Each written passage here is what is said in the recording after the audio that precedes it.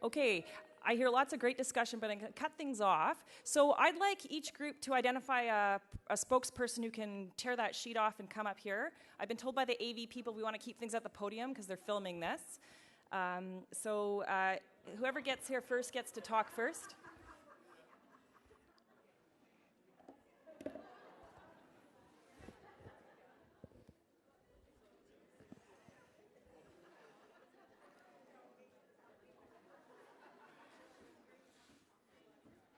All right, we have our first brave soul to approach the microphone. Yes.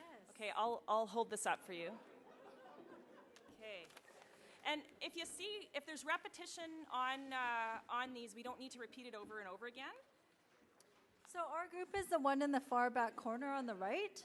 So what our group came out with is that for the first questions, why should we have these tough conversations? Is to set up priorities or goals for the end of life. Also, as we do in BC, we do a lot of advanced care planning to help relieve stress for both the patients and the family members.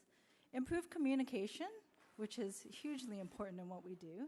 Help family and significant others, and then empower the patient and also their entitlement to have that dignified death, also with symptom management and spirituality issues.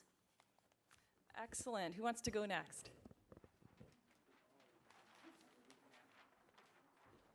Will you hold it? I will. Have to read it. Okay, our group came up with give a sense of peace and resolution to the family, to clarify the expectations, to hear their goals of care, to ensure that we follow their wishes. There's less confusion then if there's a medical crisis in terms of what the plan is. Communicate with the family, and then normalize death and dying. Thanks. We'll just keep moving on here. I think we might not be able to go through all of them, and we'll notice some repetitive themes here, but I think it's really great, all these ideas that everybody has come up with here. We figured to decrease anxiety about the topic, bringing up the elephant in the room, so that patients can make informed choices. Patients actually want to talk about it and probably don't know how to bring it up, so that patients can prepare, maybe funeral arrangements or whatever that means for them, talking to family about it, to guide advanced care planning. Yeah, thanks. There's one more for you. First, I know this isn't my writing because it can be read.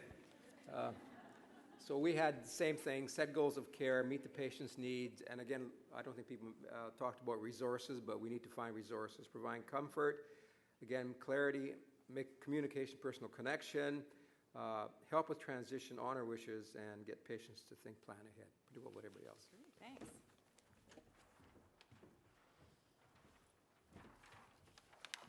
From our group, it was very similar, establishing the kind of end-of-life care that patients want, empowering patients, facilitating a good death, prevent confusion about end of life, and opening those lines of communication between patients and their family and healthcare providers, and bringing dignity to the patient.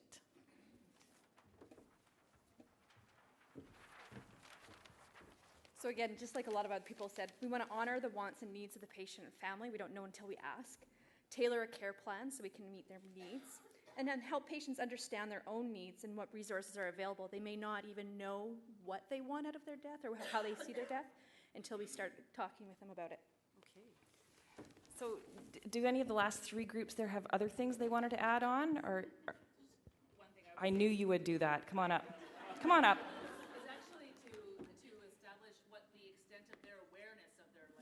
Yeah. Dialysis is going to be. Just to understand, do they know how short their life is going to be and what's going to look like? Absolutely. Okay, so our next question is, what's the harm of having these conversations? So I'm not sure we'll need the whole 5 minutes because I don't think we'll find a lot of things for this. So I'm going to put this down for 2 minutes. So if you just want to brainstorm as many harms as you can think of related to having these tough conversations.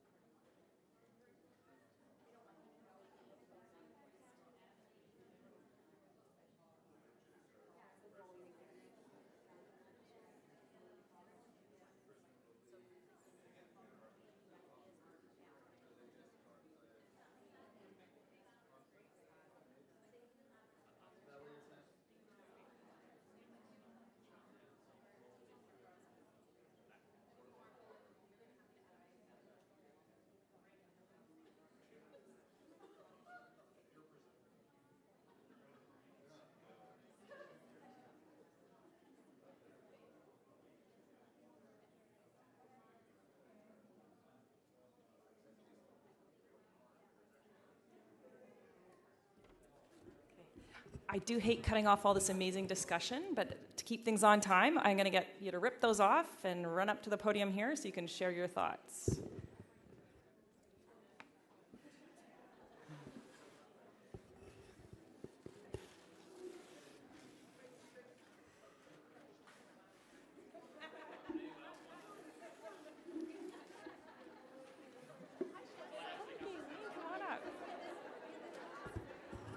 Come on up. All right. I have to keep things going so you have time for the role play I've got played at the Okay, end. so then I'll be very quick.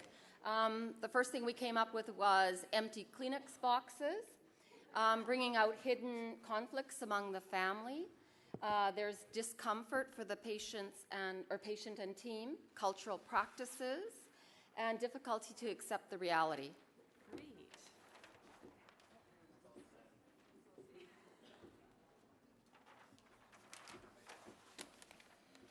So our group thought that there's a possibility of increasing the anxiety on the part of the patient and family members, that if one doesn't have enough time, if you haven't planned for this, that there may be some perception of devaluing of this conversation, and you never want to give that perception that it's important. It's not something that you're just checking off on your to-do list. Again, bringing out family dysfunction and taking away hope of the patient, that in so doing, if you explain this poor prognosis, that a patient may give up.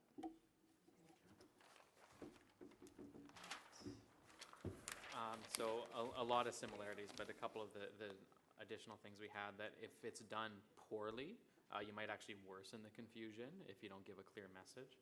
And if there's a lot of conflicting beliefs without the family, someone else might actually be able to have their agenda override the patient's agenda.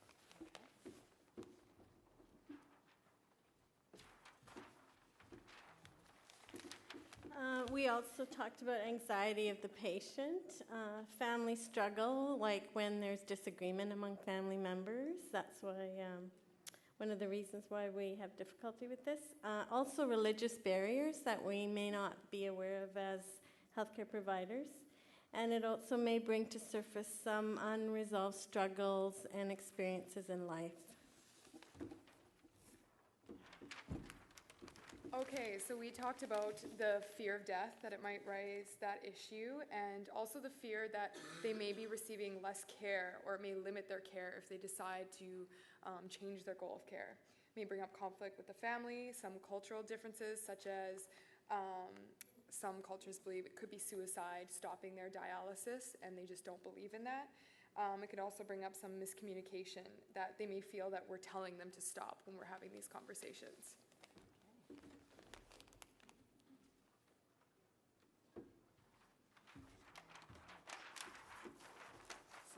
We'll make this be the last one, and then we'll move on to the next question.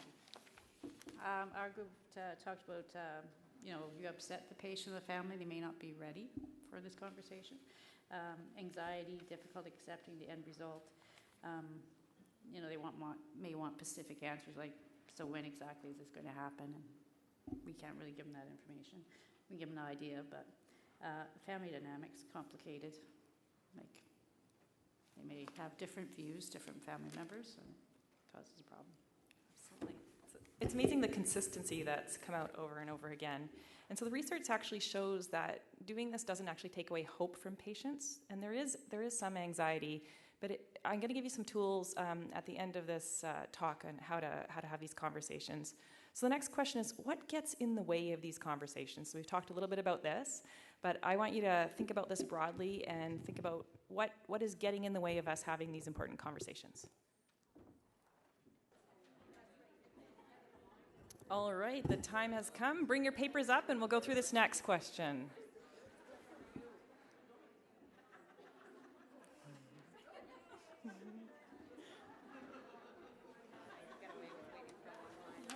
Okay.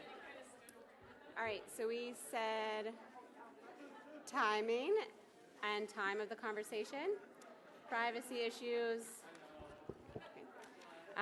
patient willingness to have the conversation, fear of having the conversation, either from the patient or family or from our perspective, just not wanting to talk about it, or just denial. Family members' barriers to communication, so whether that be language barriers, cultural barriers, and just repetitive discussion. So if you've already had the discussion with someone 3 times, to be able to bring that up again. Great.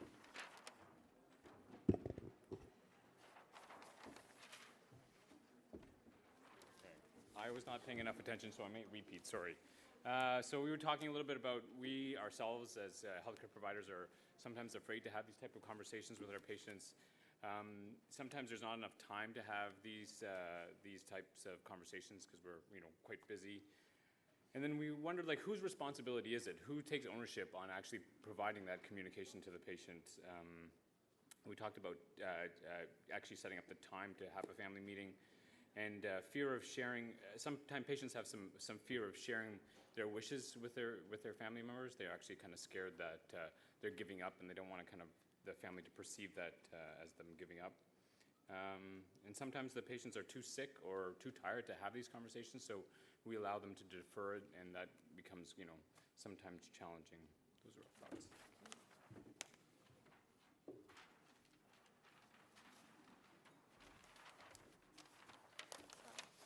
We said privacy and environment are a big problem if you don't have a space to discuss it without the whole unit hearing. Fears, unwillingness to hear it at that time, hours of the day, availability of family to be there to discuss it with them, self-confidence of staff, not wanting to maybe bring it up or not knowing how to bring it up. Is there translation services available if there's a language barrier? Cultural beliefs can sometimes be an issue as well. Okay, a lot of overlap. Maybe the one very different one we had is our own beliefs, so of the healthcare team, of what we think the patient should be doing or what choice they should make. We added, there's a curative model of health, so we often want to fix things. When's the best time and place to do this? It's difficult to know. And who should be doing this amongst the team members? So who's responsible for this? And knowing when to initiate that conversation.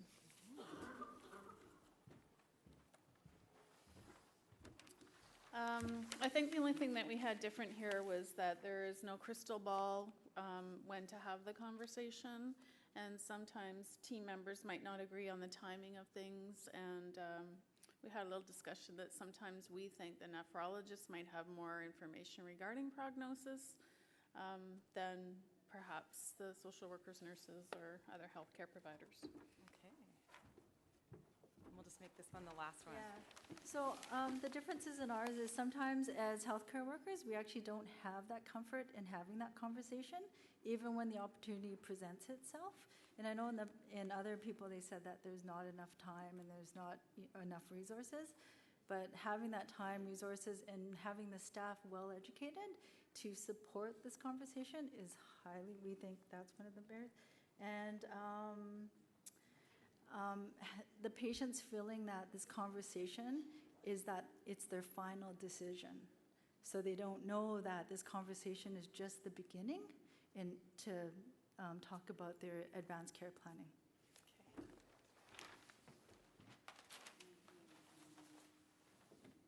So I like to try and categorize things. So I divide this into 3 ways that things get in the way. So there's the provider, and I put these in a particular size on purpose because I think that this illustrates where the barriers are. So most of this comes from the providers. There are some systems-related issues. So we talked about the availability of space. And then the patient is by far the smallest player here. And I've heard several themes, so comfort in having these discussions. One thing that keeps coming out is, about, it kind of seems like when people talk about these discussions, they might already have an agenda in their mind. And so I think it's always really important to think that there's no agenda when you go in to elicit what someone's goals and understanding and wishes and hopes for the future are. And so if we try and take that out of our minds. So one of the things I think we need is some practice. So I've actually picked a framework that I thought we could practice today.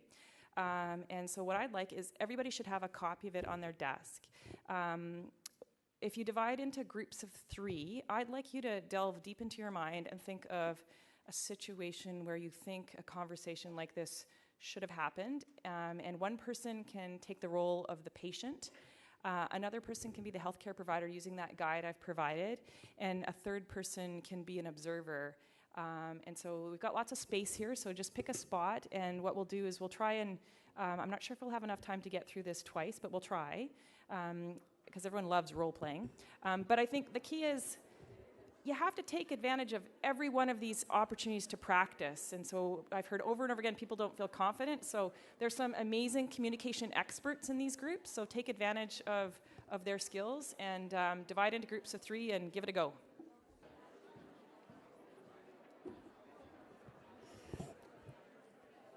All right, so we only have a few minutes left. So I'm just wondering if everyone can kind of regroup here, and I'll just summarize what we've gone through today. So I really want to give people just an overview of why these conversations are important. Try and reinforce that there isn't a lot of harm in having them, and patients actually want us to have these discussions with them. It's come out very clearly in the literature. I thought we could talk a little bit about what gets in the way, and then this practice was kind of how I wanted to summarize what we talked about. So I just thought I'd share a few of our experiences from what we are doing in Calgary and the Southern Alberta Renal Program. And we have an infrastructure for providing advanced care planning, and we've overcome some of the logistical issues with respect to this. And from my understanding, there's lots of parts of British Columbia that have infrastructure in place for advanced care planning. One of the barriers people often bring up is time. And I would argue that the current model of crisis-based palliative care and discussions actually takes way more time than if we do it proactively and in an iterative way. So rarely do these discussions happen in one go. The patient is in charge and leads things, and so often it's an iterative discussion. You might just get a little bit the first time, and you keep going over it. The important thing is leaving your agenda aside. I think too often these discussions are perceived by ourselves and colleagues and patients as an effort to get someone to stop dialysis. And if we just take a step back and we think about it, the goal of these discussions is to clearly tease out what's important to these individuals, where they're at, what's important, and what do they want for their future, rather than having a particular agenda. In terms of system issues, I think if you leave things to doctors, they're not going to happen for the most part. I think within each discipline, there are people who are skilled at doing this and people who aren't. And so if you have a physician or nephrologist you work with, who's not going to do this, what I would suggest is try and get them to introduce the prognostic information and then get the social worker or one of the nurses to take it to the next step and have the discussions. Just like there's some nephrologists that don't believe in PD, there certainly still are some nephrologists who don't believe that asking people what they want at the end of their life is important. And so I think just because somebody has a nephrologist that's of that mindset doesn't mean they aren't entitled to having their wishes known and understood. The other thing to remember, I gave a talk to a group of palliative care doctors, and it was about collaborating between palliative care and nephrology last year, and there was an overwhelming number of palliative care doctors that came to that meeting. And one of the things they shared is that when nephrologists ask for help, for the most part, they ask very late, and they're not included in the earlier discussions about what's important to people. And then when they attend these meetings, the nephrologist does most of the talking. And they say in palliative care, we're used to letting the patient and their family lead the meetings.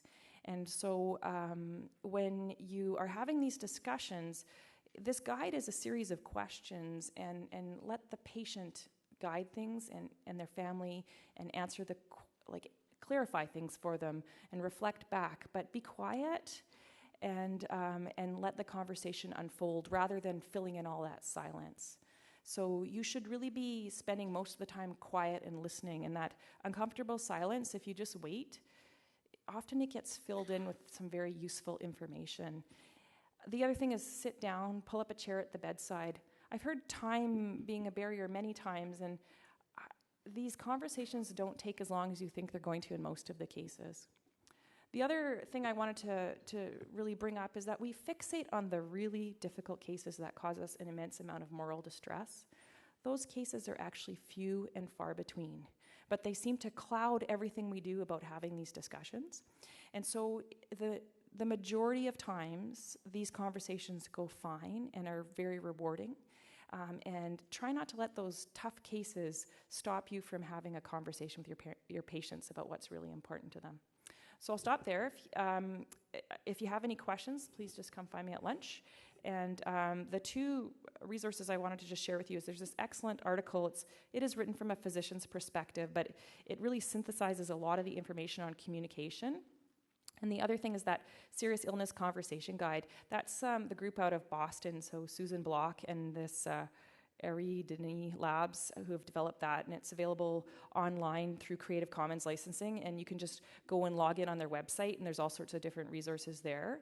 And I quite like this guide. It's easy to use, and so that's why I provided it.